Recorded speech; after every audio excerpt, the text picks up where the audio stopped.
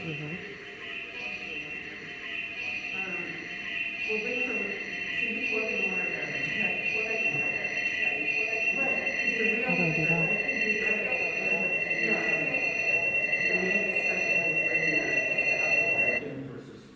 Okay.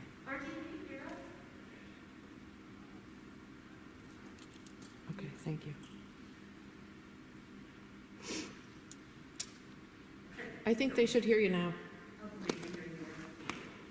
Okay, so, we can move to the second item, but the main component of our first discussion will be, how we would like to bring it. Well, I'll add one other thing. I mean, I see the one thing you want to talk about, community attendance.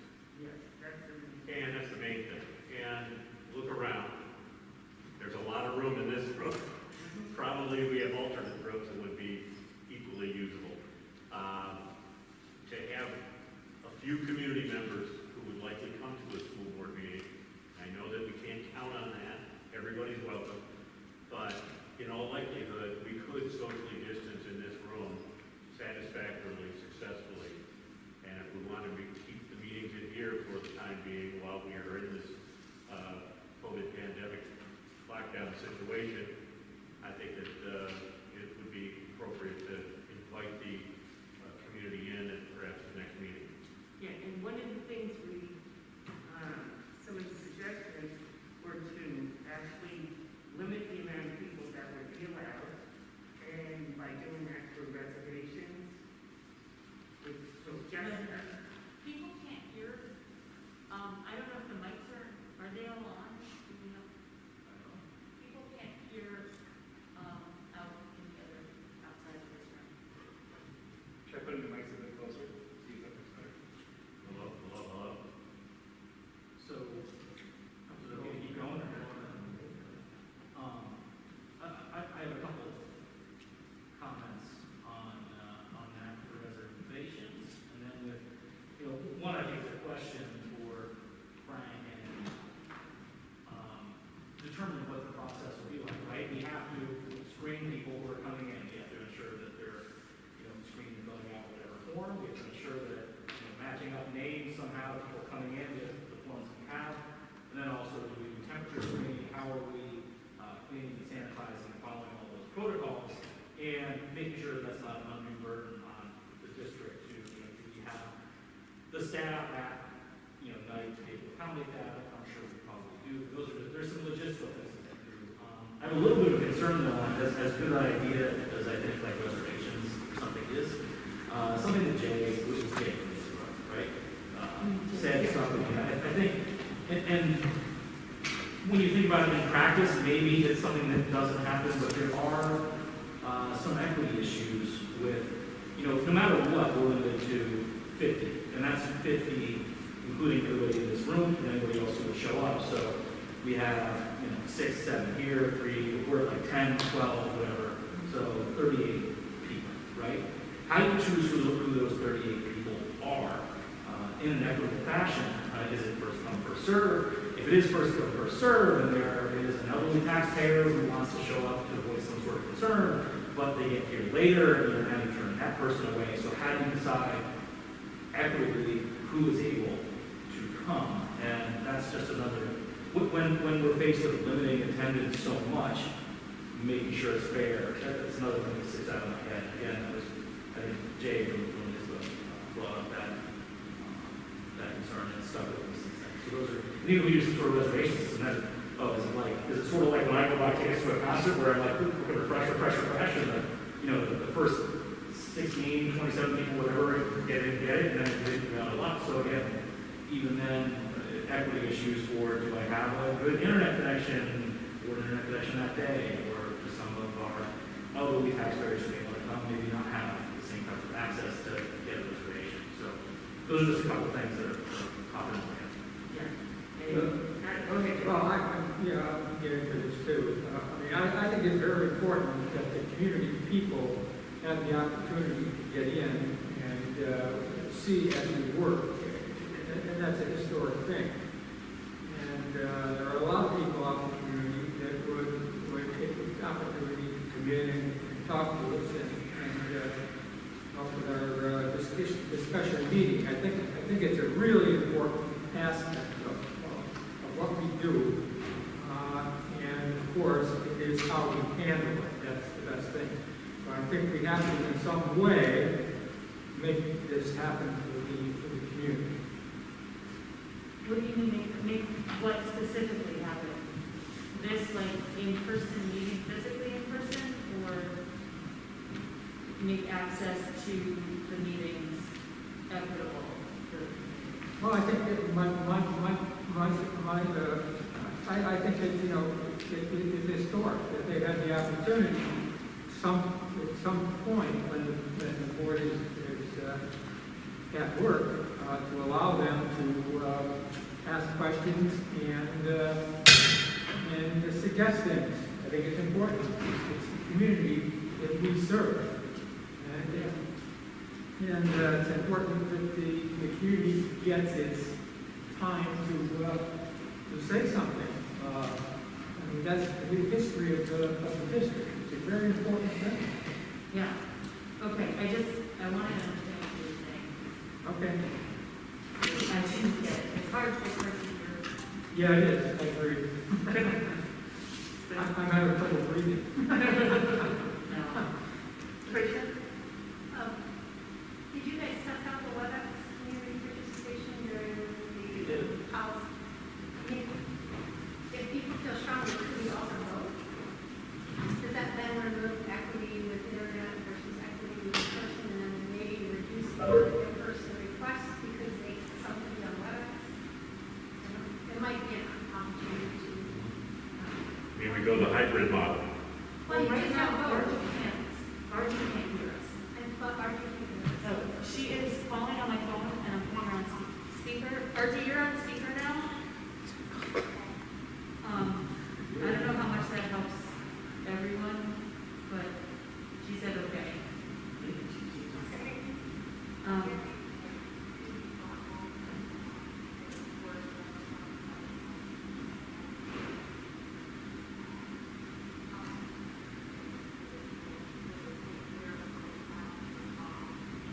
Could you guys hear her? no? She's getting really garbled sound and, others in the community, she thinks are getting the same thing. She's been getting texts from people saying they can't hear. So it's not transmitting, the sound is not transmitting. Well, we're doing the best we can. And maybe I'm mumbling through my mask. I don't know if you can hear me now. Can you hear me now, Archie? So I will say this, we tested it today. Pardon? Can you hear me? She said she gave you. Okay, Can you hear good. me, So Archie? it's probably we were not speaking directly into our microphone and maybe gargling a little bit in our masks, and we'll have to accommodate that, adjust ourselves. Thank you. Did you hear Cindy when she was speaking? I heard the very beginning intro, and then I lost the sound. Oh, okay, so there was sound in the phone. Okay, so, And I think it's speaking directly into the mic will come from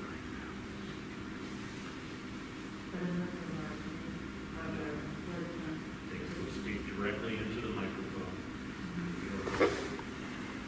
okay, so Tricia, you were saying like that.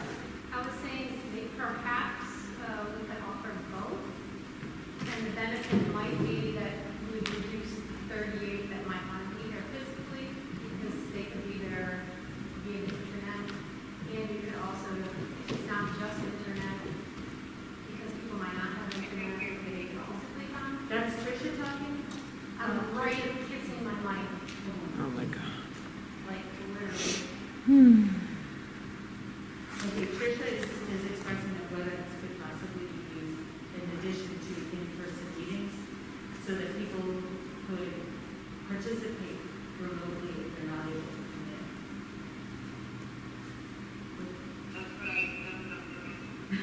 Yeah, that's exactly it, exactly what we're doing with Audit today. Well, perhaps we have to figure out the technology. Correct, right. Yeah. It's a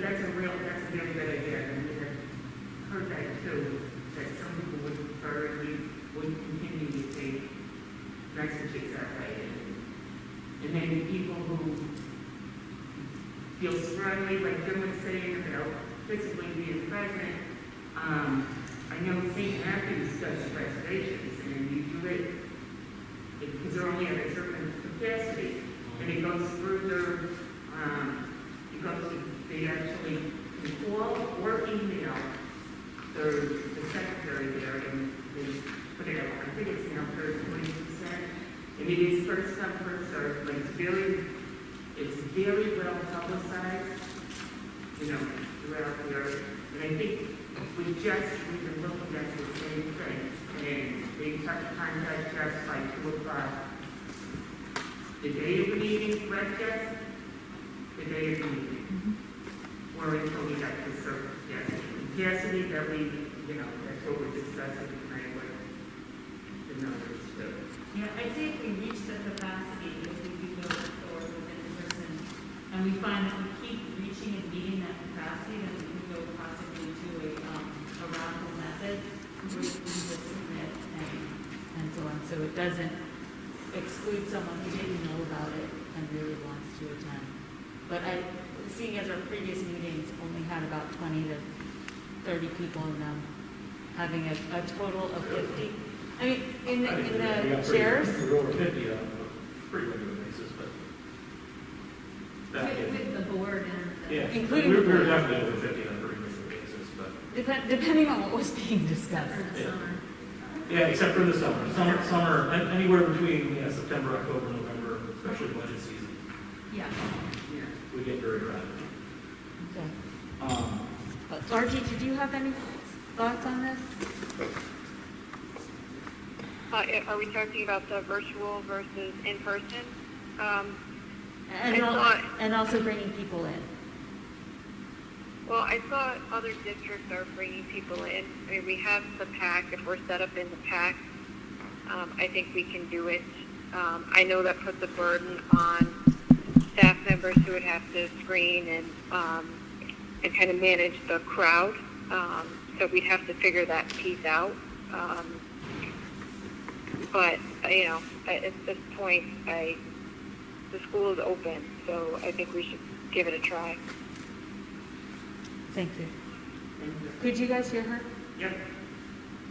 School's open, we should give it a try. Okay. And again, everything changed, this is considering that things are as they are today. Things can change, and we go with what the governments and what the changes are, assuming it's consistent with now. So is everybody will come up with some kind of number? I mean, does anybody have like 25 as a max? What do people feel? Is there any strong feeling? Tim? Well, is the ventilation Is still there a on? state requirement already that says 50? Yeah. But you cannot go over 50. We can set it whatever we want. Yeah, I understand. If you're talking this room, and you're talking us up on a stage, or something like that, We count. we count, but I think you got plenty of room for 50 Well, you probably people. have to mark seats too. I mean, I don't know how much Yeah, work do you we- want to create. So I guess I have some questions for Frank, and I don't know if maybe it's something we have to circle around to again before the next meeting, but do we have a plan in place? Do we know exactly how we would like, because it's not us who are going to be doing the setup Exactly. and running people in and sitting there at the door and checking, temperatures and making sure people filled out forms and making sure that people are sitting in the right seats. Do we know, Frank, how we would do all of this and, staff it and, do we have a plan, right? First off, I want to apologize because they tested this at 3 o'clock today and it worked perfectly, so that's the best way things always work. And for some reason now, we're hitting red, and I don't understand why it's not. Oh, getting red, but are the levels too high? we should be screaming through the website right now. So when it comes down to what we can do in this room, we can easily set up where if it's 25 people, we can have one person in a row, all the way up. We mark it with a post-it pad where that person would sit. So that's not that big of an issue for us to be able to do. We can ask all community members for the reservation, because that makes it easy for us to know who's coming. And then we could also then do the attestation and then say, okay, well, they did the attestation and sign them off as they come in. So say they do the reservation, I'm just pulling this out of the air, by 2:30. By 3 o'clock, we already have it told who's doing the attestation, just meets them at the door. No, you did it, yes, you did it, yes, you did it. If they didn't, we'll have a laptop up. We can wipe it down each time they use it. So that way we know who's doing the attestation or not. When they sit in here, we mark the seats. And then as they leave, as you can tell, there's already a couple little markings on the seats. The custodian would come through with Lysol later on the night, spray down the seats at night, and then we'd sanitize it for the morning. So as long as we have a good plan of how many people and how it would work, we can easily make that doable. One issue is going to make sure that we have a night custodian on, because after our construction's done, we're pushing their hours to 7 o'clock. So we'll just have to move someone back a little bit during that time frame. So each time we have a meeting, we'll have to push them back. But I believe that's something that we could do easily without minimal impact on staffing. And Frank, is the ventilation still on? It's supposed to be, Trish. So it lasts do you just turn it on late for meetings like this, or it's on all night? No, it's on during meetings only. Oh, okay. So it's Margie. I can hear Tim perfectly. I can hear Frank perfectly. I can't really hear anybody else. Okay, Tim is closest to me, as you can see, and then Frank. And Trish is at the farthest end, and she just asked if the ventilation was on. So I am talking directly into my microphone, like right on and straight forward. These microphones are not side microphones. If you go to the side, you probably will not be able to do it as well. So if you go straight forward into the microphone, that will work through the community, and then we just are loud for each other. Frank, is it possible for us to have technical support at a meeting like this? Yes, so we will have technical support at our next meeting. We'll pay overtime for the person to be here. But yes, we will have technical support at the meeting. That person could not be here tonight, so we just didn't work through that. Okay. Again, it's bumps in the road, and we're trying to figure it out as we go. Yep. But certainly a great first go at it, and thanks for all the setup and all the effort into making us start at least the process of being live. Thanks. So going forward, we're looking at a situation like this, is that correct? Right here? I would say we could do that. It'd be nice to curve us if we could do that, so we can actually see each other a little bit.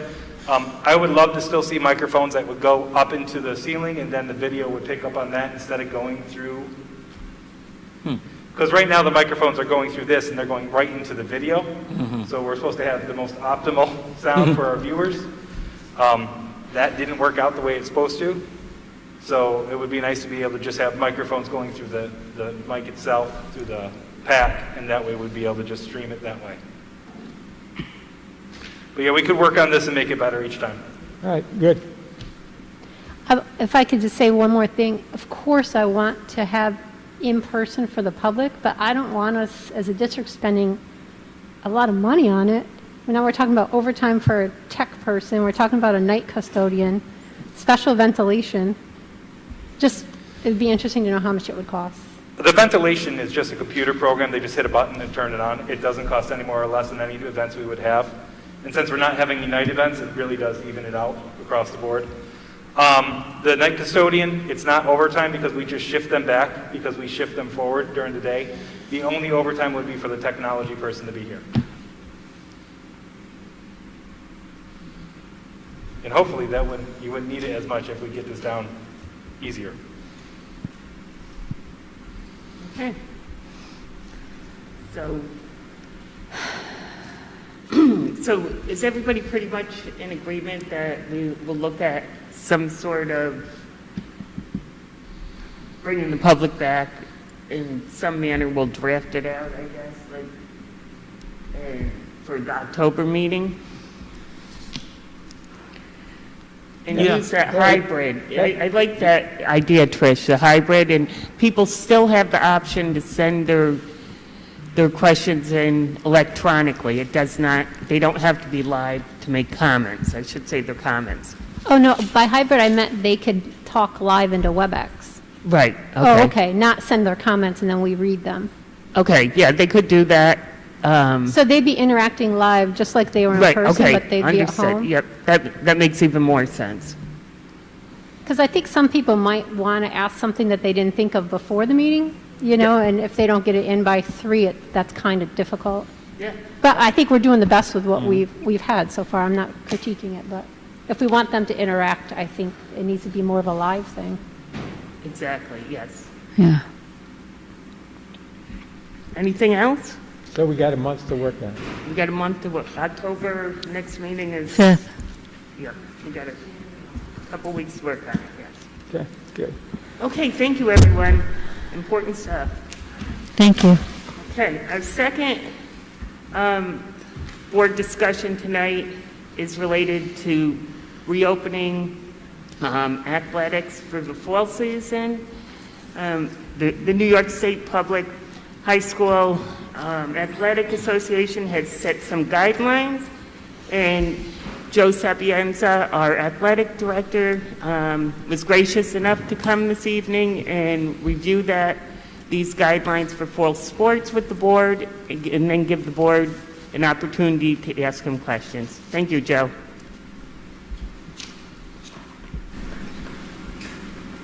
Joe, make sure you pull the microphone as close as possible. Thank you. Thank you, Cindy.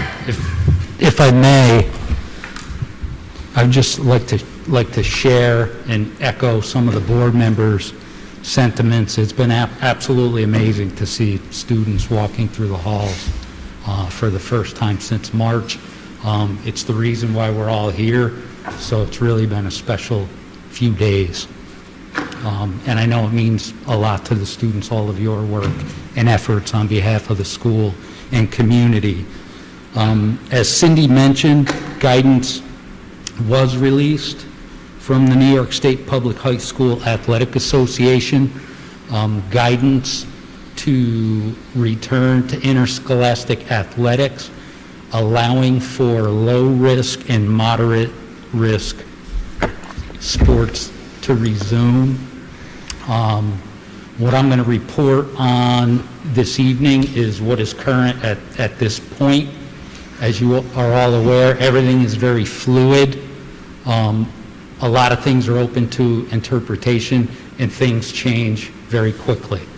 The guidance was released late afternoon on September 4th, which was Labor Day weekend. We were actually expecting it earlier in the week. It was delayed.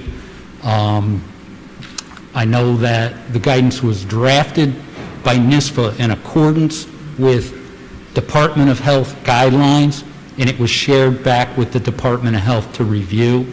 So I'm assuming that was, what one of the holdups was. The guidance was again, and the timing was interesting. It was Labor Day weekend, so a lot of folks didn't even get the opportunity to read it and digest it till the following week. Following when that guidance came out, we collaborated as a section, and we also collaborated as our league, which is the Colonial Council, and really began to digest what was in that document. It is a 42-page document. It was edited again on Friday, September 11th. We were actually in the middle of coordinating our plan when another draft, not a draft, but some changes came through as we were putting together our league plan, which I want to talk a little bit. So starting on September 21st, we have been given the go-ahead to start practices for low and moderate risk sports. There's also a 10-day practice requirement, except for in the sport of golf. So there won't be any games essentially till October, except in the sport of golf. What we planned is to start, and this is a combination league plan and a combination Voorheesville plan. We start with a phase-in approach of starting varsity girls swimming and diving, varsity girls tennis, varsity boys and girls cross country, varsity boys and girls soccer. I'm not planning on running modified fall sports here at Voorheesville. for a couple different reasons. I want to talk a little bit about what our schedules will look like. Our competition schedules will be all league play. There'll be no non-league contests. So everything will be done within the Colonial Council. Part of the reasons why leagues came together is geography. So we feel like the best way to reinstate and phase athletics back in is by keeping as geographic as possible. And that also falls in to some of the governor's guidelines, which isn't allowing for travel outside of your region till October 19th. I also want to mention, and I'm sure you're aware, that NISFA has canceled state championships for the fall season, and Section 2 has canceled fall sectional championships. So our schedules essentially are condensed, league-only schedules, and what we're putting an emphasis on the higher levels, varsity, then JV. That way, you know, it helps with our resources. Part of what we have to do is adhere to our transportation policies. So, you know, I may have the need to put a team that's on the road on 2 buses. So I did work with Sheila down in transportation, you know, just to see what resources we have available.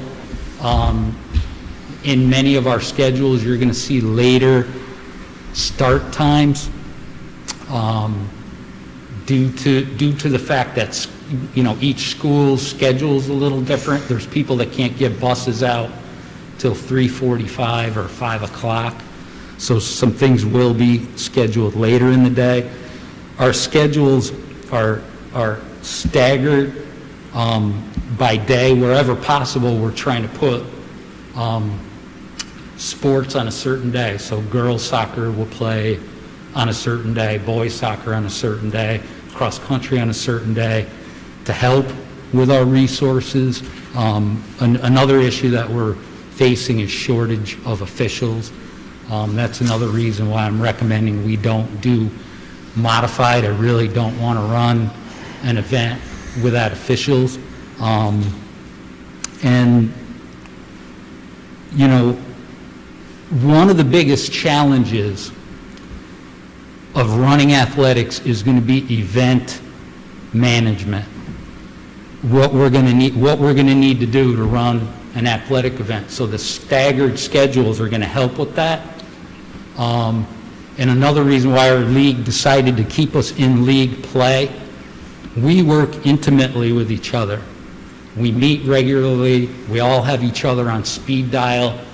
So, you know, I need to be able to be in really good communication with our opponent.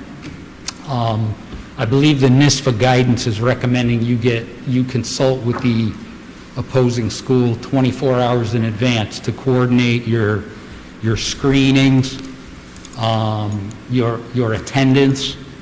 We're limited to 2 spectators per athlete at a contest, and we have a plan in place to manage that, and a plan in place for contact tracing if that's necessary.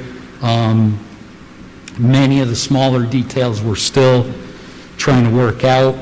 I also should mention in the NISFA guidance, each individual sport has sport-specific guidance on how you run the event. For example, cross country has staggered starts and limits on how many people can be in a heat, how many teams that you can have at a meet. Just a couple specifics about the actual schedule. Tennis, the sport of tennis, will play 12 matches, and we're working on a league tournament, which would be a seeded tournament at multiple sites. We can't bring the whole league in to one place to do a league tournament. Wherever possible, though, in the absence of states and sectionals, we do want to have some type of culminating event for the student athletes to look forward to. In the sport of golf, we will play 16 league matches, and at this point, we have no plans for a league tournament. It would just simply be too big. Varsity soccer will play 10 regular season games, followed by a league tournament, which will be an additional 6 games. JV soccer will play a 10-game schedule, and then that season will end. Cross country will have 5 meets. We won't have any multiple team invitationals. So what we're working on is a seeded league invitational where we would seed every team, and throughout the day, the 2 1 seeds will come and they'll run against each other, followed by the next 2 schools, and we'll just collate all the times and come up with place finishers and champions based on that. I'm actually hoping to host that event at our park if it's something that, folks are in agreement and the park is in agreement. It's a very popular course and a great place to run.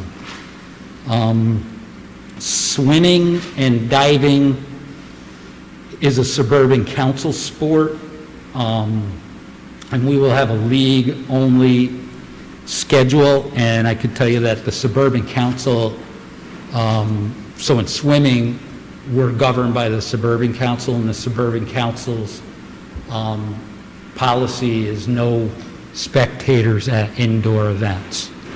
So we will adhere to that. Did you say indoor events? Sorry. Indoor events. Okay. So we are allowing spectators at outdoor events? Correct. It's 2 people per person. But that's actually the league that we swim in. We're merged, as you all know, with Gilderland. Mm-hmm.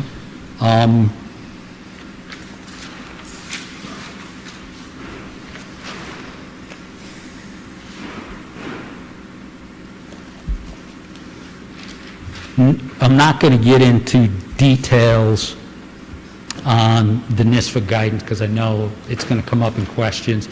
It's 42 pages. I've touched on some of it.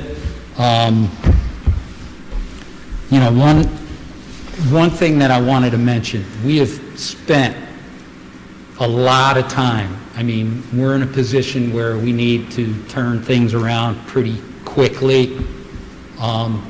This is something that we started thinking about back in March, and I think some of the plans that we have in place are a reflection of that. Why now? We're given the go-ahead to do it. I genuinely believe that it's a very important part, as you all agree, of the school day. But,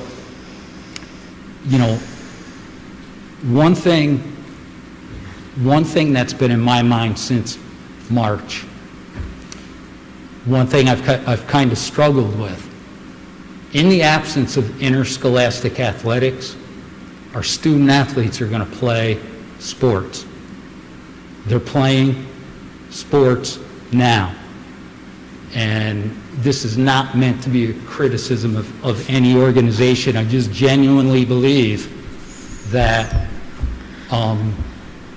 the organization best equipped to run athletics and adhere to CDC, Department of Health, NISFA, state education guidelines are schools. We have the institutional controls in place. We have people trained to run athletic programs, and we have resources at our disposal to ask questions when we need to ask questions. So I'm sure the thought went through people's minds, why now? So I just wanted to share a couple thoughts on that before I open it up to questions. I want to say right up front, I'd be lying to you if I said I had all the answers. If I can't give you an answer, I'll get you the answer. I'll do the best I can with the information I have available. Any questions? Have any game, what are the other people that we play, like Bert or anyone in the area, have any games been suggested? I mean, are the people we'd be playing? So I could give you an update on our league. Cobleskill, late this afternoon, decided they're not going to proceed with fall sports. Waterville Elite is not proceeding with fall sports. Lansingburg is not proceeding with fall sports. So at this time, 10 of the 13 teams in our league are planning on starting Monday. I will also share, and I won't, share the school because it's not my place to say, some of it is financial. The 20% is part of the rationale for some schools. Oh, makes total sense. But the other ones in our Ravina, they're all planning on next Monday. That is correct. Thank you. Any other questions? I do, and I think RG has some questions as well. RG, can you speak from there? Does it work now? Yeah, I'm going to try and do it through the WebEx instead of through your phone. So Okay. let me know how that works. Okay. Hang on 1 sec. I'm going to just mute you for now, so it doesn't... Okay. Yes. Now I'm unmuted. Can you hear me through the WebEx? Oh, Perfect. Yeah, I'm hanging out here. Okay. So my questions, one has to do with tryouts. So since we're not doing modified sports, I assume there will be some kids who could have played modified who will want to try out for a JV team. Is that going to be an option? That is going to be an option, yes, through the athletic placement process. Can you hear him? No. Oh, shit. That's a no. Oh, that's here. So I asked the question, but then I couldn't hear any answer. Okay. That is going to be an option through the athletic placement process, yes. Rachel, Okay. could you put that up to the next one? Thank you. Okay. So there will be tryouts at some point? Yes, starting Monday. Okay, all right. And then, given your comments about who has the expertise to run an athletic program, does the district intend to allow outside groups like St. Matt's or the Scotland Soccer Club or any of the other youth sports organizations to use district facilities? Has that decision been made? That decision has not been made. Joe, can I take that? Could you repeat the question? The question was, has the district made a decision to allow outside groups to utilize our facilities? Thank We you. got a request just today, I believe it was, I think, or yesterday, I got to look at my email. That is not something we've done because right now we're trying to figure out what we're doing with our own facilities and kids. I am planning on bringing that to the facilities committee and meeting with Joe and other admin teams to figure out what we are going to do. That will be something that I bring to the facilities group as a board, and that will come to the board as well as a decision to be made.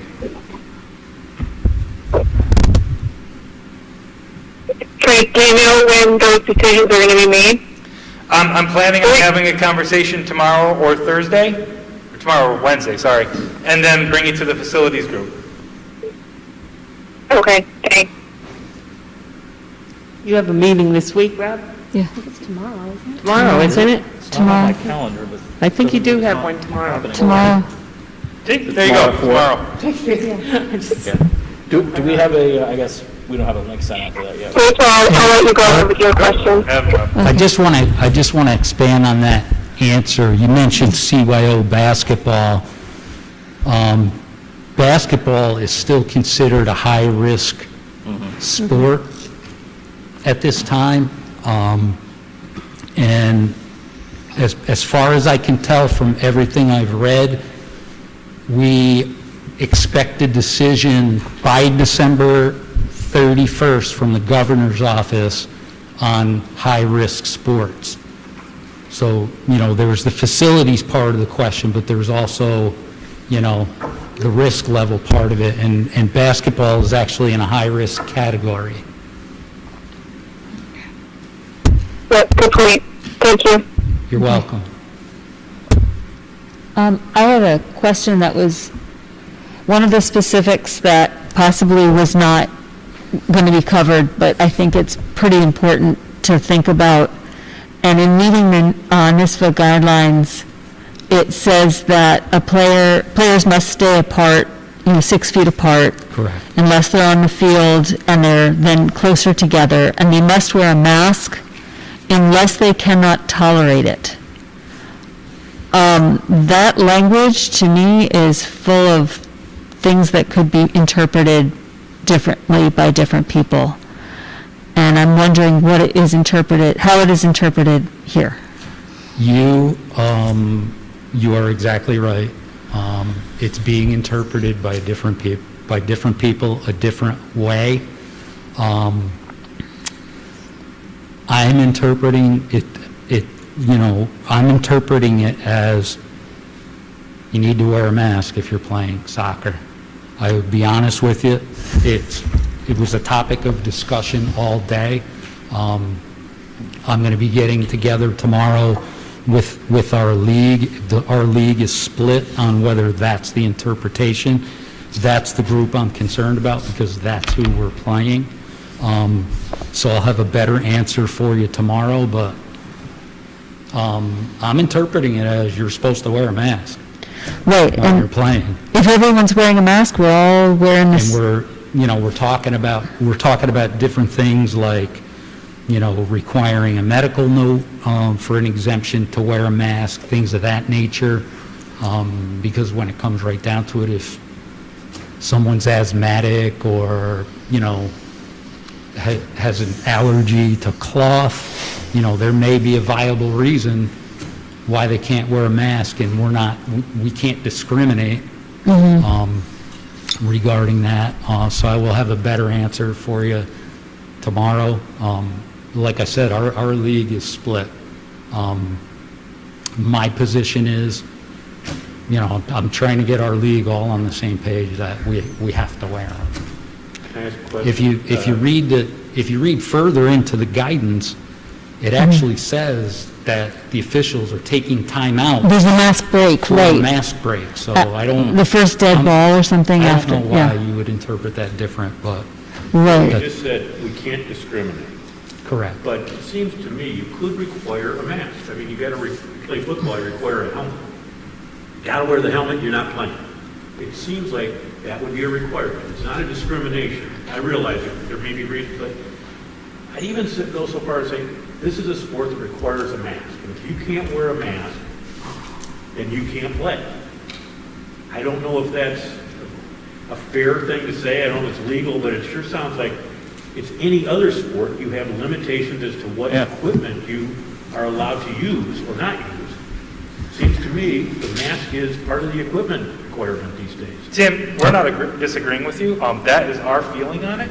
It's the other schools' interpretation of that is what we're having those conversations and making sure that when we're out on the field that they have the same expectations we do. Right. The question is going to be is if they don't, is that going to be something that will hinder the board from saying, should we do this moderate risk sport? We are going to uphold our expectations of the students. Okay. It's the other aspect around that we cannot guarantee at the moment. And that's where Joe and I are struggling with that. Yeah. So is it possible that we would only play teams that wear masks or something is that a reasonable season even? It's possible. But that's all just It's things possible, and it's all things being discussed. Yeah.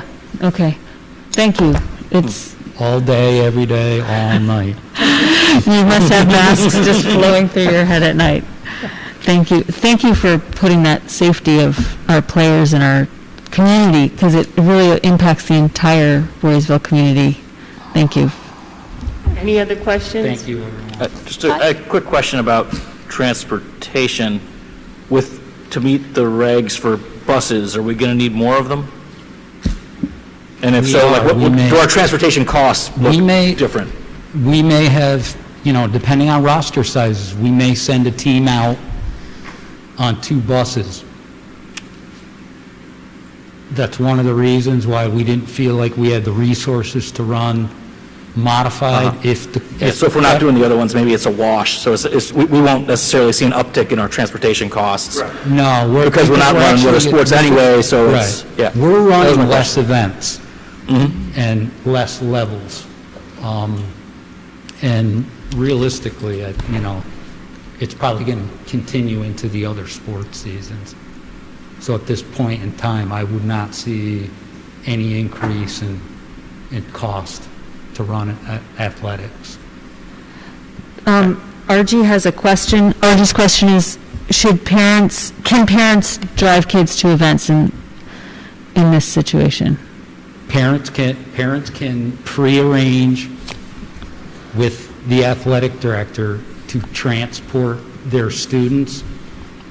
We're not going to, which has always been our policy, we're going to ask that they only transport their child, and we don't want students driving other students because that question's going to come up too. Okay, so parents can? Yeah. Yes.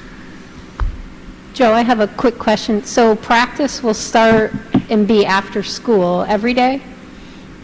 Yes. So it would just, is it going to cause any equity issues for kids that if they're not here at school that day, or do we already have that solved as a district?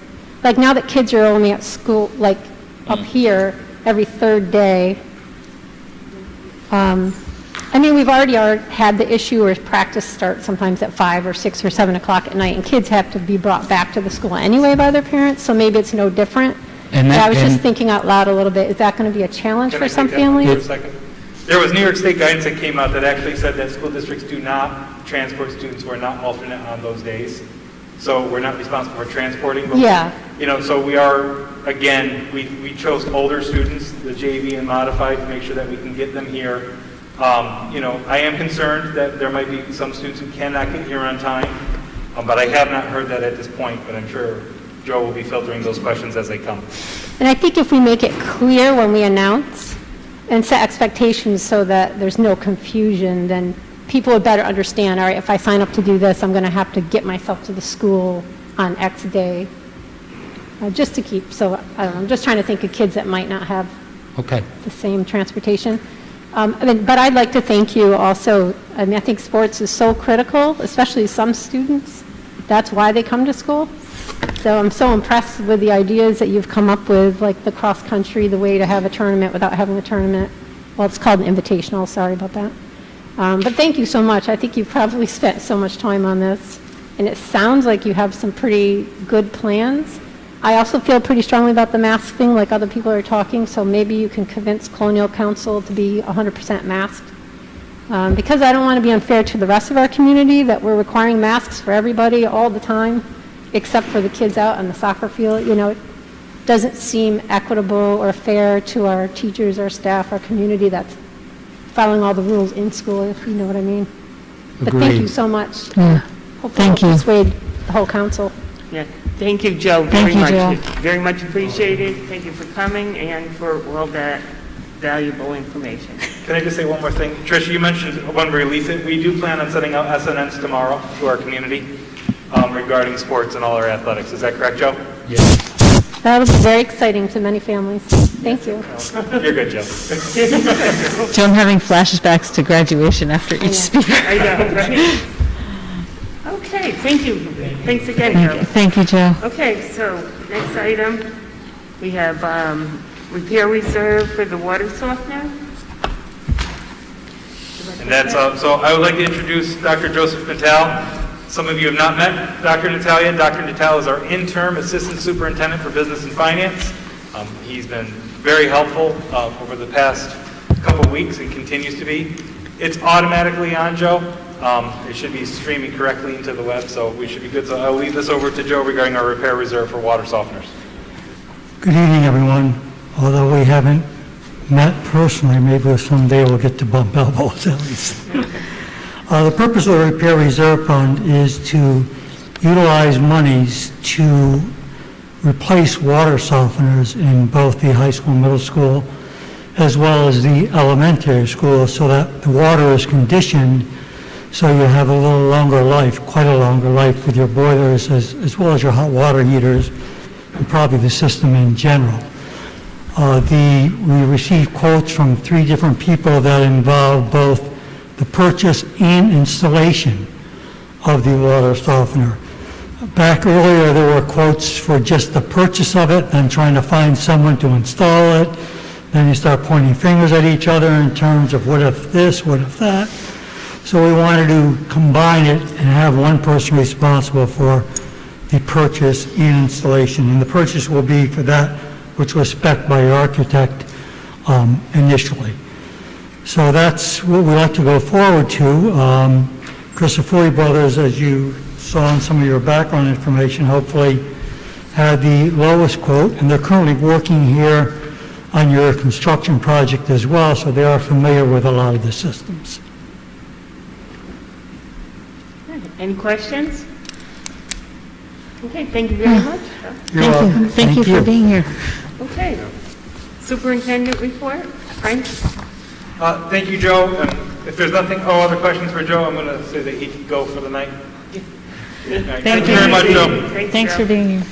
So I want to echo, and I'll use my big principal voice back I used to use in the hallways. So if you all can hear me, please let me know. I want to first say that it's great to actually have the kids and staff back in the building. It's been fantastic today. I was walking down the hallway and I joked, I can smell food again. And it was really surreal because after 6 months of silence and having empty buildings and doing these jobs, we are so in tune to the energy that's in a building. Just to have kids back, just to be a part of it, it's a great feeling to know that we're back up and running in this capacity. I first want to thank the board, all of you, for all your support and help and conversations through the opening. But there's so many other people that I want to first thank. All the administrators, Karen Conroy, Jen Tryouts, Karen Jones, Laura Schmitz, and Joe Sapienza, and Jeff Avenzio. Without them and their planning and their foresight, we would not be opening today. I would be very honest with you. They've done amazing work and continue to do amazing work to get these buildings and staff and kids in. So hats off to them. So special thanks to all the custodial and maintenance staff for preparing our buildings, to transportation and Annie Potts for creating the routes, to PJ Mahoney and the NARIC team for supporting all of our daunting technology needs, to Paul Franchini and the service program, to the BTA and UEV for countless conversations and planning, to all the parents, staff, and community members that sat on committees week after week, and to all the other community members that have been part of conversations. I know I probably missed people, but as Rachel said before, it's hundreds of people that made this work, and it really was. I'll tell you, it's a Herculean task, and we are still moving forward, as you can see tonight. Still going through our bumps and bruises, trying to make sure that we get things up and running, learning each time. But the people have been fantastic in working with us, giving us great suggestions, and we're still continuing to try to build the best learning environment possible. But I just wanted to make sure I thanked all those people. As you know, we started. Today was our first full day of the rotation, so we had our grade 10 and 12 in. We had our grade 6 in. Tomorrow we'll be starting off with our first day of the rotation with grade 7 and 11. Those first 2 days of soft start were actually amazing for the kids and for the staff. It really helped kind of get this virtual bugs, what we needed, grade 7 through 12, really under control, allowed our 6th grade to meet and then also try virtual. So if we were to have a quick shut-off, grade 6 through 12 is ready to switch on a dime. So that's pretty good that we've already been able to practice that. K through 5, we did a soft start A through K, then L through Z.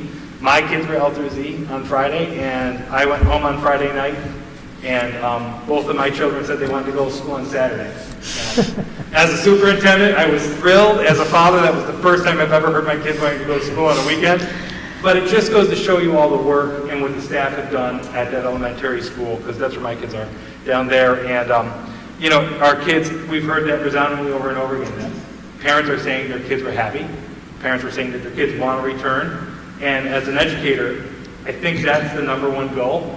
And if you can have families saying their kids want to be back, that means we're doing what we're supposed to be doing here. So that's a really good thing.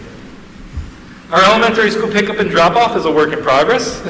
It will get better each day, and it has been getting better. It goes both ways. You know, it's having parents try to understand the new roles, and it's also us trying to work through it. I do have to thank all the parent volunteers at the elementary school. Without them there helping guide our students, that we would not be able to have it as smooth right now. Also, the fire department and Norwood County Sheriff Department, they've been really helping us through this week as well, and they will continue to be there with us this week to fine-tune all of our processes. As you can see on the board agenda, we've received several donations. One of our students, Aaliyah Hoteling, she created several small mass savers for our staff. I have them here. So she went through, took a donation list from any of our staff, and they connected to the mask, and she made them for anyone who wanted them. And it's just fantastic. Just like a little thing that brightened up all of our teachers' days. So we thank her for that. One of our staff members and her friend Judy Zelensky made, I believe it was almost 75 masks for staff and students. The PTA, VCSF, and Kids Club joined together and purchased 3 20 by 30 tents for our elementary school in K-12. They're going to be currently down at our elementary school. Along with this, we've had great support, as Rachel said, by community members at a drive. Boxes and boxes full of different COVID-related items. Also, somebody donated a very fantastic face shield, and that face shield went to a very needy child in the district who needed one, and that child received their mask today, and it was probably one of the most amazing things we've seen because we only received one face shield, and that child came through on Friday saying that we needed it for her, and the child was so happy, it was like joy. And when she saw it, she grinned, and she told everybody it was her face shield, and then went around to everybody in the school. So that community member paid it forward and did something fantastic that had payback that they didn't even realize. As you know, the governor recently released his COVID report card. The way that COVID report card is that it's public for everyone's review. The school each day has to report positive cases. So it's the positive cases that come in. And it's important to note that it's any positive case, not even if it's confirmed or not confirmed. And here's what I mean by that. If a parent contacts the school district, and we're encouraging parents and staff members to do so, saying, my child was tested and my child was tested positive, we then have to report that as a positive case, even though it's not confirmed by the Department of Health. We will contact the Department of Health. They'll notify epidemiology, and they'll put that on a fast-track list for them to watch, but we still have to report that no matter what. That's the number one thing that we have to do. We only report the positive cases that we receive each day. So if I report on Tuesday we have a positive case, on Wednesday I do not report that we didn't have any if we didn't have any. They don't carry over. So each day positive cases. And the way that we have to do it is by teacher, by staff member, so it's non-instructional staff member, and then it's also by student. And it's students in person and people who are remote. So we have to report for both. So if somebody's completely remote, or if they've been remote that day and we got a positive case on them, we mark them down as remote, but we mark them down as positive. That's the new one for all school districts. We have a plan in place for this to be occurring. They changed it today as well. We were surprised it changed again. But that is the program that's going on. Is there any questions with the COVID report just before I move forward? So that is going, again, like I said at our opening, I don't want to jinx it too much. Our plans have really been pretty sound. You know, we've had some little bumps and little issues here and there. Some of our technology issues have gotten better. Today we just received our 150 Chromebooks. There's boxes of them now that we just have to reimage and get out, which we'll get to. But we're pretty happy that those that we received, that we put an order in. I believe we did that order in July, the BOCES bid order. We finally got those in, and we were pretty lucky because not a lot of schools are getting them in that time frame, so that was fantastic.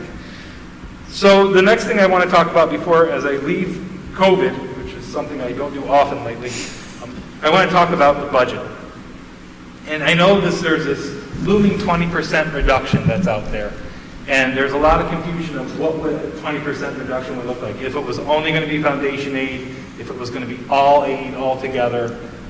It's right now looking like that 20% reduction, if it does happen, because again, we're not sure if it will go through fruition through the remainder of the year, it does look like it's going to be all aid throughout schools. So at first we were like, oh no, it's just going to be foundation aid, but we're seeing that it's probably going to be expense-based aid and all other types of aids that we have. So for us, we receive about 25% of our aid through state aid. If it's a 20% reduction in total, that's about it's $1.3 million that we would be facing with a deficit. And if it was just foundation, it'd be about $719,000.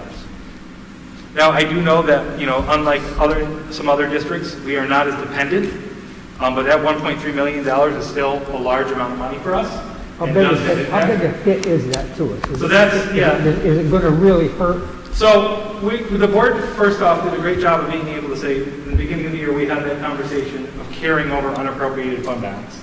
So we carried over about 1.4% over what we typically can. So that's about $360,000. So we already know that we have that $360,000 of unappropriated fund balance that if needed, we can appropriate that for this school year. So that kind of takes off a little bit of the hit. And then each year we put in capital reserves money. So we fund those reserves, and that's for capital repairs. The suggestion would be that we don't fund those reserves. And then if we don't fund those reserves, and we don't fund our TRS and ERS reserve for the 2021 school year, now we do have those funded, and they're fully funded. And we do know that TRS and ERS is going to spike for next year, but we have the reserves now. We will be not hitting as much fund balance because we're only going to touch the money that we would put into reserves typically. We wouldn't be hitting that 3.5 that we carry over each year to offset, or the 4% that we always carry over to the next year. We should be seeing minimal impact on us at the moment. So we'd be able to at least carry over and cover it through that reserve money.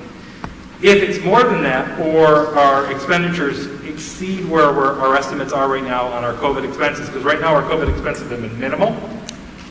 We haven't really hired any staff due to COVID. It's only been a couple teacher assistants. We haven't hired, we've been very careful on our hiring and our spending. So right now, we're looking pretty solid. But if this goes on and then our expenditures increase throughout the year for unforeseen expenditures, it is going to be we're going to have some harder conversations about where that money comes from and what we do with that.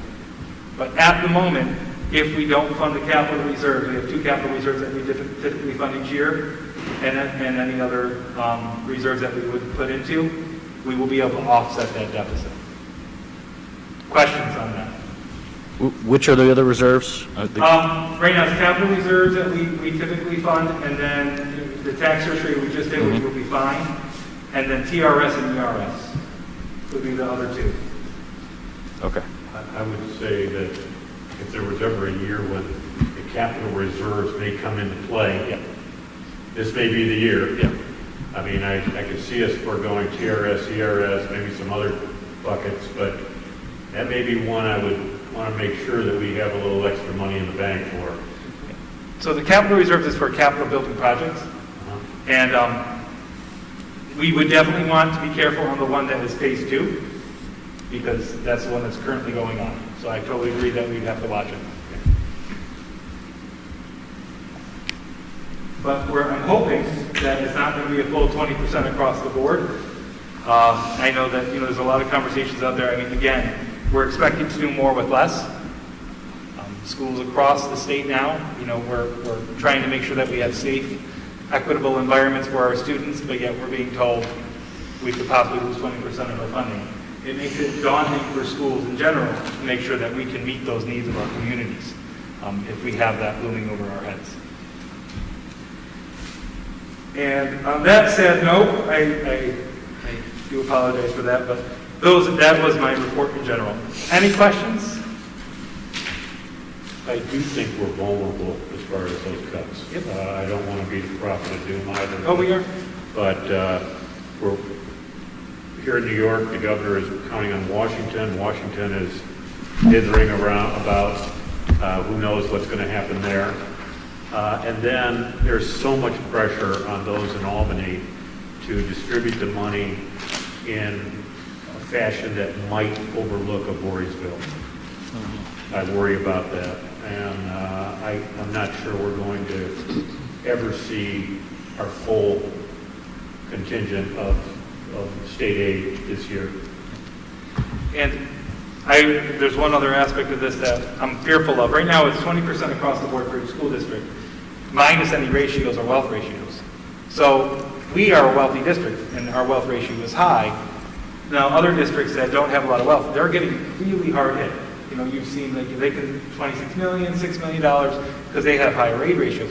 What could happen was they could offset that and take more from the wealthy school districts, and then the conversation that we're going to be having won't be a $1.3 million, it could be more than that. I think we just have to put that all on the table and be very honest, and I think we need to evaluate this monthly of where we stand and what's happening and what we can do about this. This is the first conversation, but I know it's first of many, and, you know, it will change, I think, on a weekly basis at this point. Yeah, I mean, once a month look really well. I mean, that's a necessity because you can't screw up. You screw up and you get killed. Yep. You can't overexpend your budget. I mean, you have so much money and that's all you have. And if they're cutting 20% of it, there's an issue. You know, you just can't, you don't have money to spend. So. Okay, thank you, Frank. You're welcome. Okay, so next item, minutes of regular meeting. May I have a motion to move that? Move it. Second? Second. All in favor? Aye. Archie? Archie? She frozen? There's an aye. Okay, she's got aye. Okay. All right, action. She's frozen. Action items. Let's take all of these together. 5.1, Treasurer's Report, all the way through 5.10. That will include personnel items. Let's see.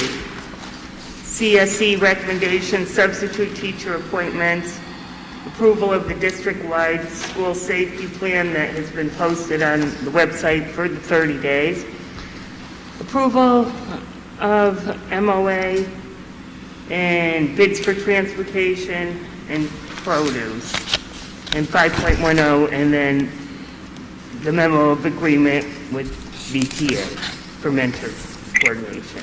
Can I have a motion to move I'll move 5.1 to 5.10? I'll move it. Second? I'll All in favor? Aye.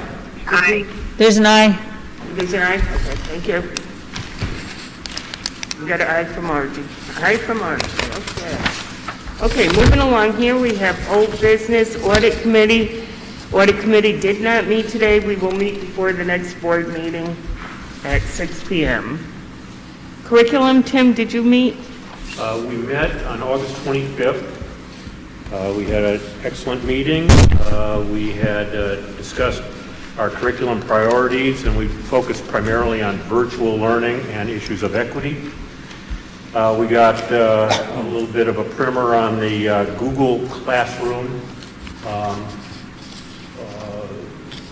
that the Google team new website. We have a Google team here in Voorheesville, and this website has information on there about district requirements for Google Classroom and how to keep the classroom clean and consistent between teachers, best practices for professional development, tutorials for parents and students, etc. We talked about frameworks at the elementary and secondary level,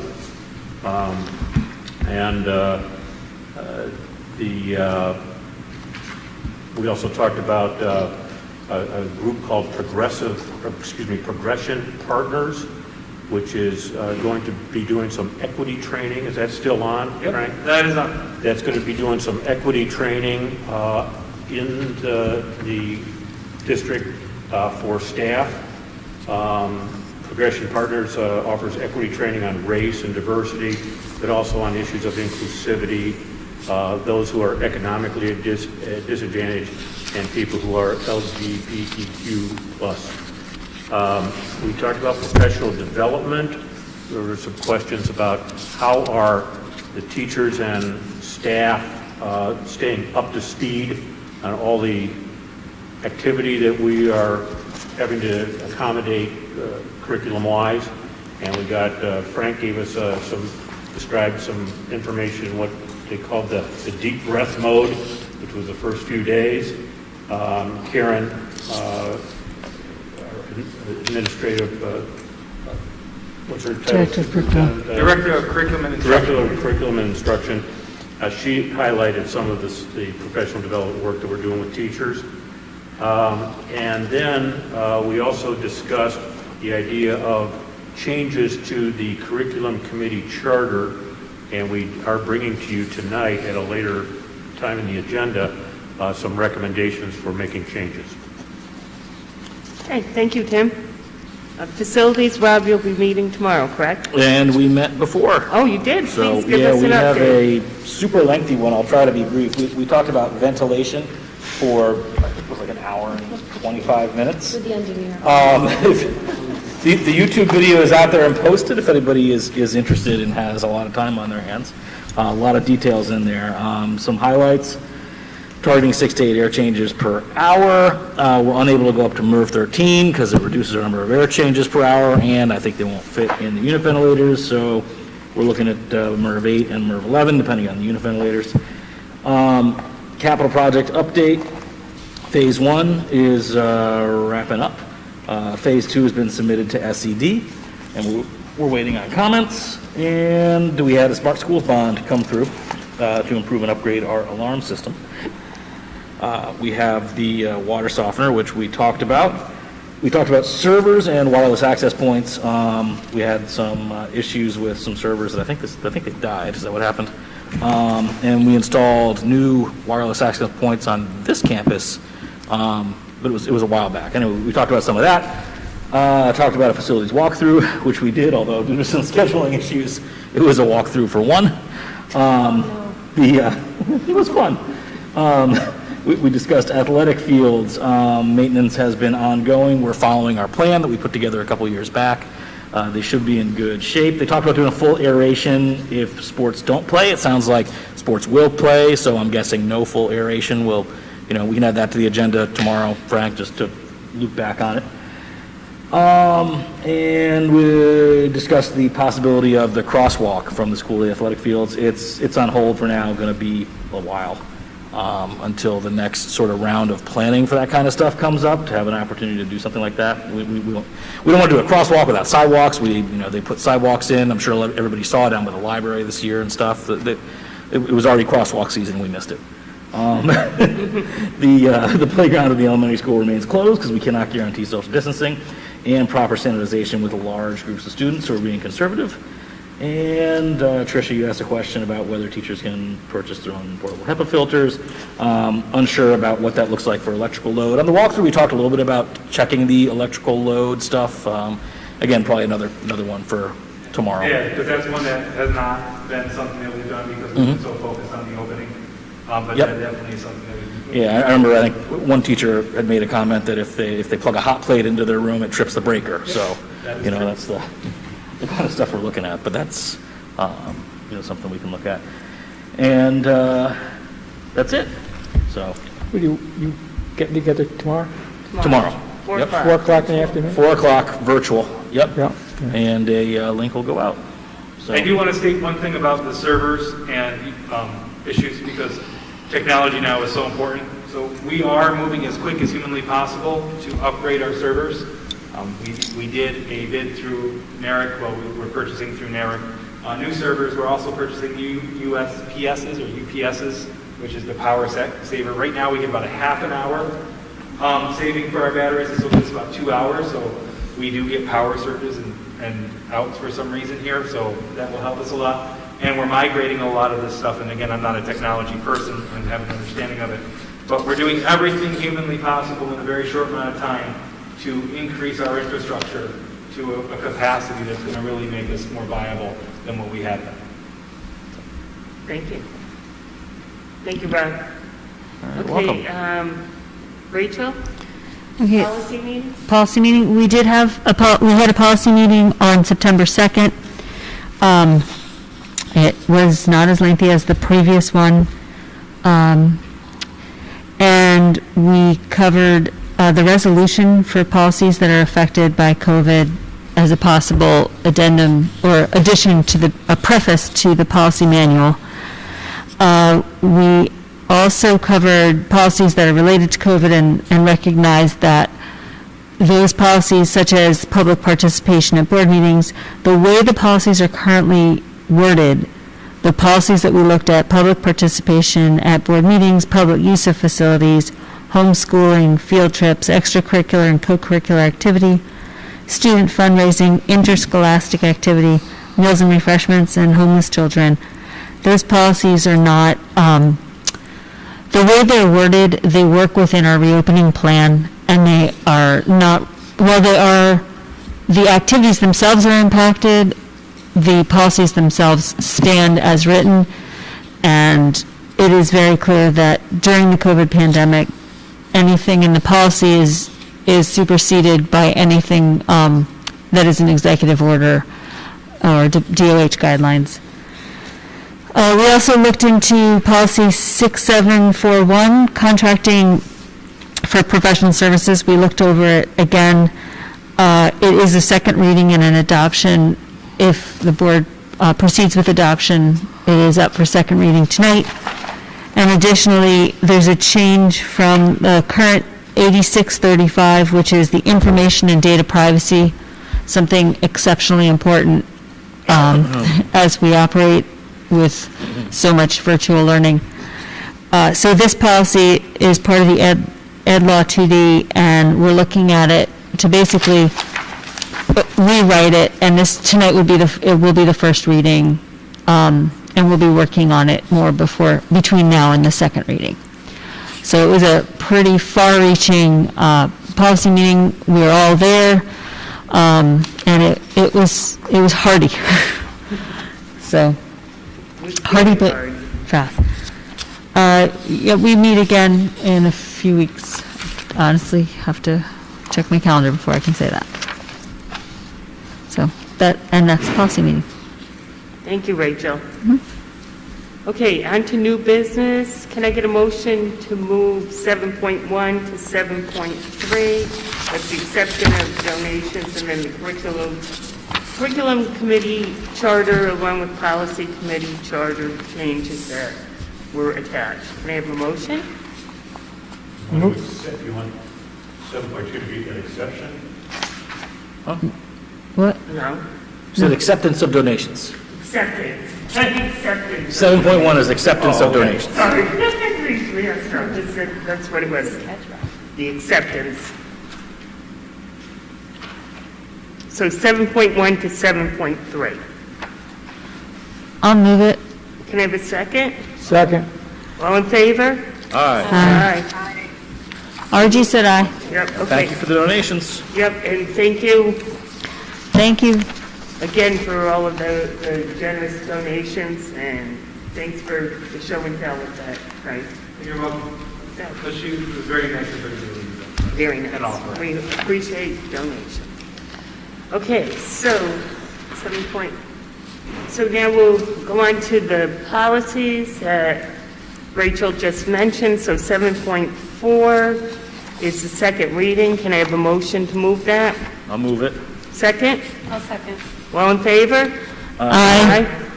Okay, and again, thank you, Rachel, for the explanations in these policies. So 7.5 is just the first reading tonight.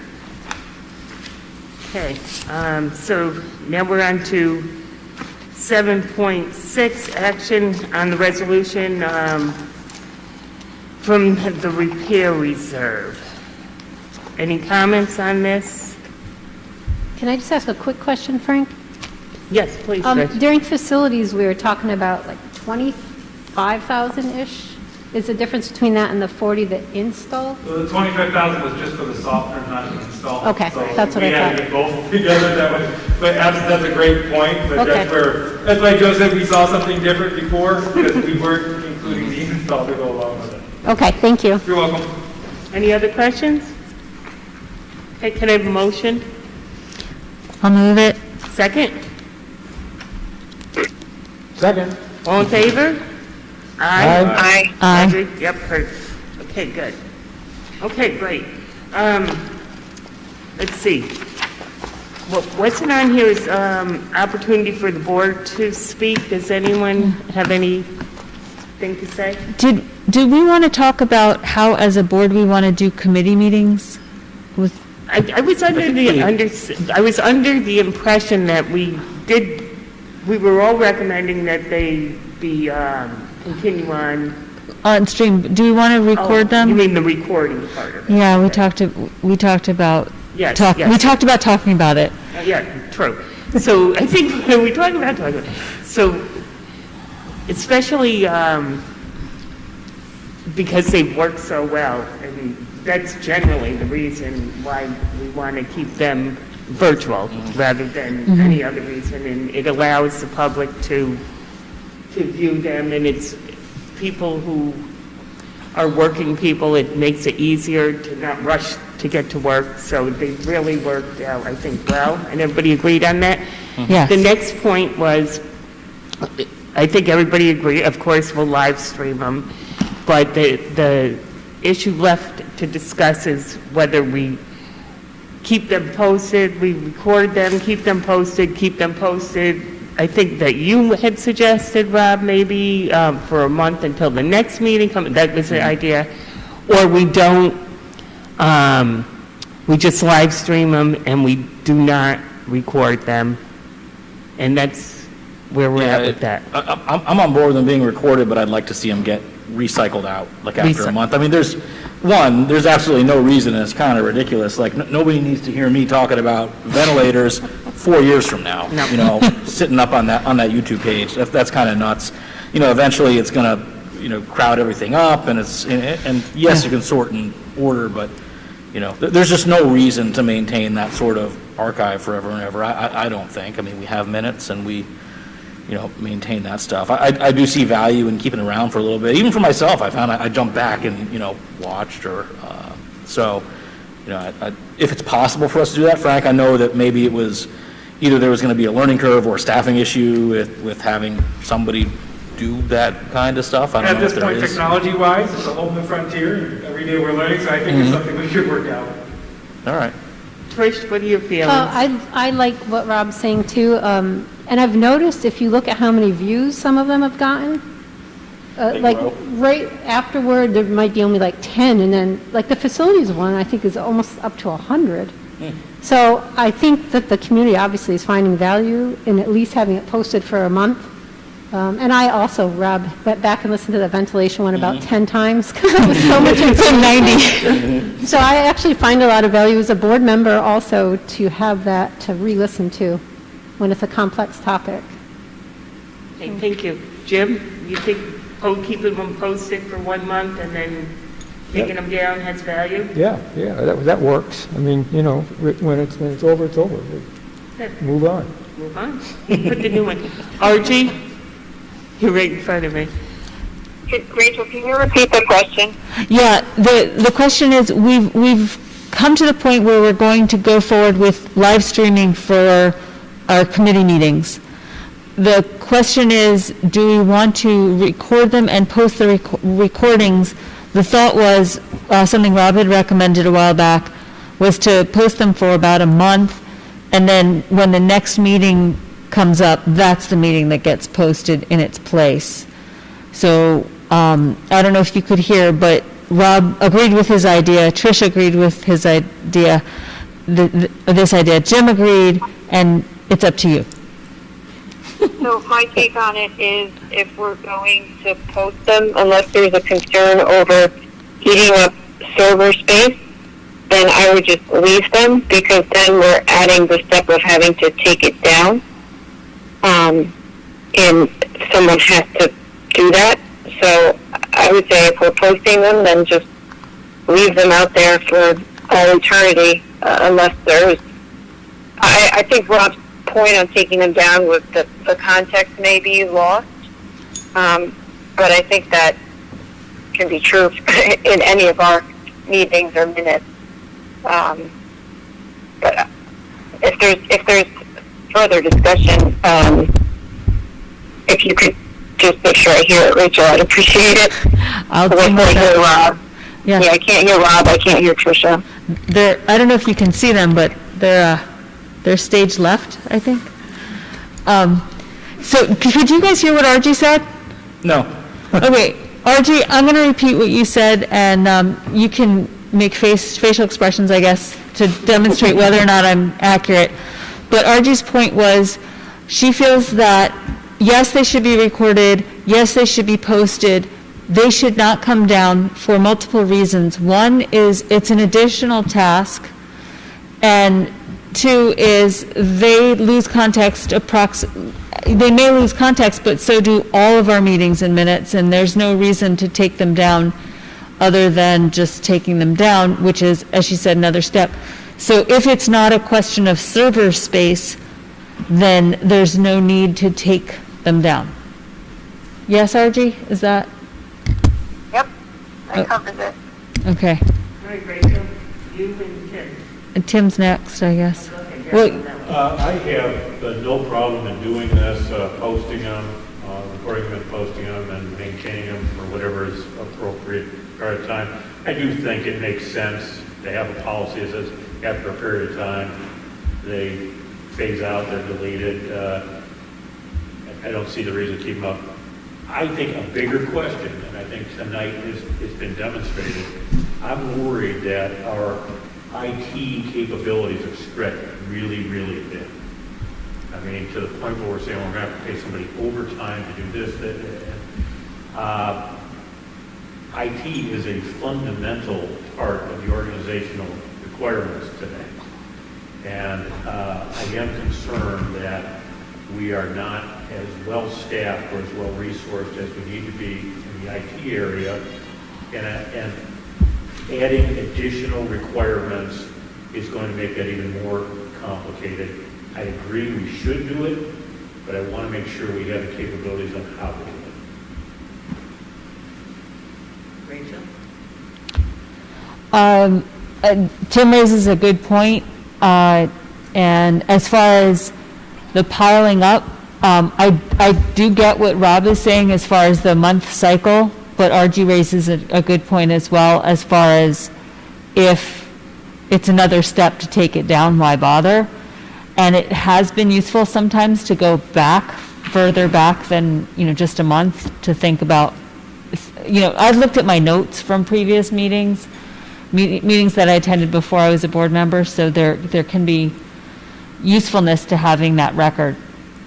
I think the understanding that I got was that if we can move forward with the platform, the WebEx, then it was relatively simple to post, so it wouldn't, it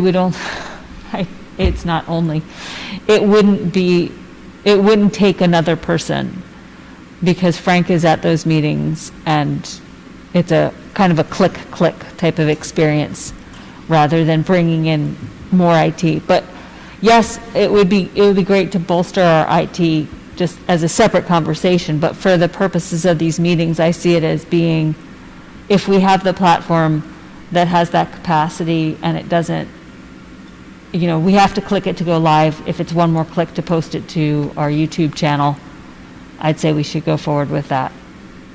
I think it, as Tricia pointed out, and I've heard from people, it is appreciated to have this access to information online and asynchronously, as well as the synchronous is great that we've timed it for more people to be able to be present, but asynchronously is also very, very helpful. So is this posted on the website?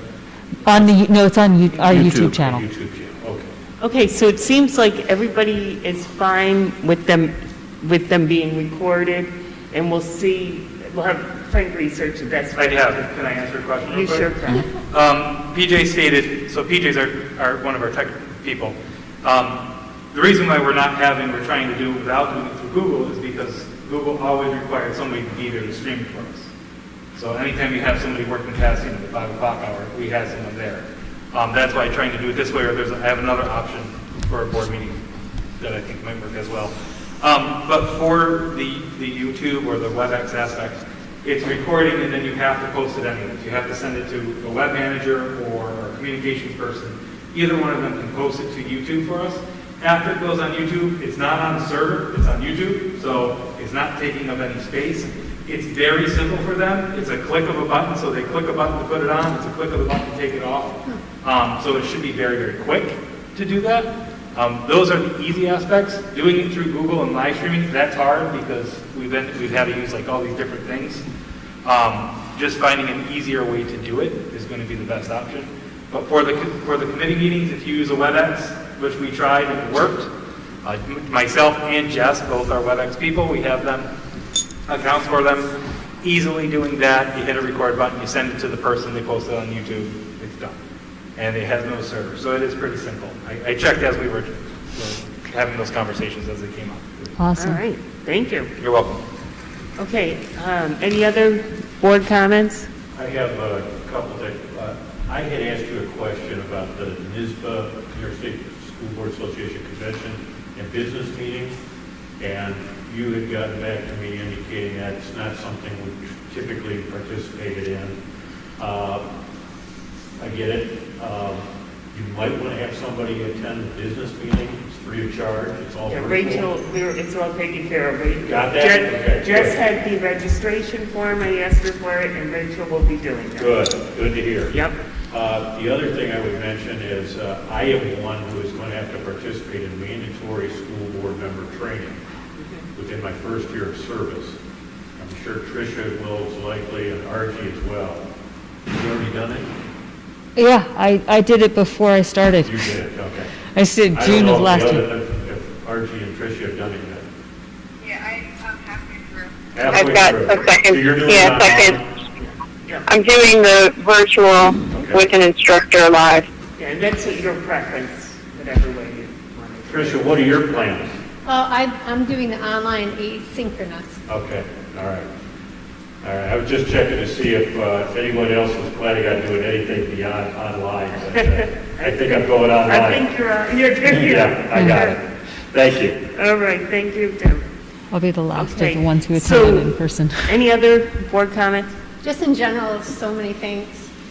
I know Frank's been planning for months and months and months and months, and it's actually finally happening. Yep, So thanks to Frank and the whole team. You're welcome. totally agree. Yeah. And, you know, I also want to thank all of my fellow board members for making this happen too tonight, and for being here and having trust in it. And I think it really makes a difference when we look at each other live and we can do this. So I think the next step again is we'll put together some of the thoughts for recommendations for the next board meeting, and finding some way to start to bring the community back. So, as we were here, can I just make a quick suggestion for a meeting? If I can get 9 Chromebooks, we can all have a WebEx in front of each other. That way we don't have to do this again. Yes. And that way we can actually WebEx through the Chromebooks out, and then have microphones for the community. And so 8 Chromebooks for us, and then 1 over there, community member stands up. That kind of gets rid of this stuff. Yeah. And the Sling, people can sign on to the WebEx. It's already streaming, so we don't have to do that. We can have a tech person here to make sure the issues go all right. But that seems a lot easier in my head now after we're sitting here going through. Like, oh, I think it's a great idea. That is a great idea.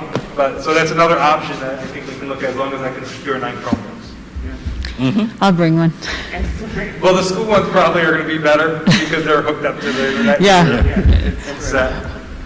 And again, thank you to you and Jess too for your part putting this all together here too, Frank. So, Thank you.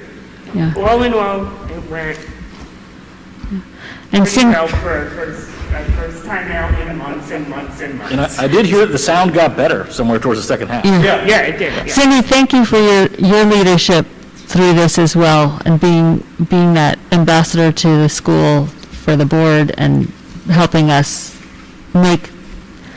get to this point where we could meet in person in an empty pack with Jess. Thank you, Rachel. Okay, so dates to remember. We will have audit committee at 6 o'clock, correct, Archie, before the next meeting, audit committee. And will we do that live then if it's at 6 o'clock? Like this? Probably, right? Because how would we get back here? You know, Right. take a little while to leave and come back. We can have the auditor stand over there. Okay, so we'll, audit committee here at 6, followed by our board meeting. And that should be that. So may I have a motion to adjourn? I'll move it. Second? I'll second. All in favor? Aye. Okay, thank you, everyone. Have a good evening. Jessica, can we turn this off? You shouldn't. It should prompt you to install. I just hung up on you, You RG. have to do it through the browser. Thank you.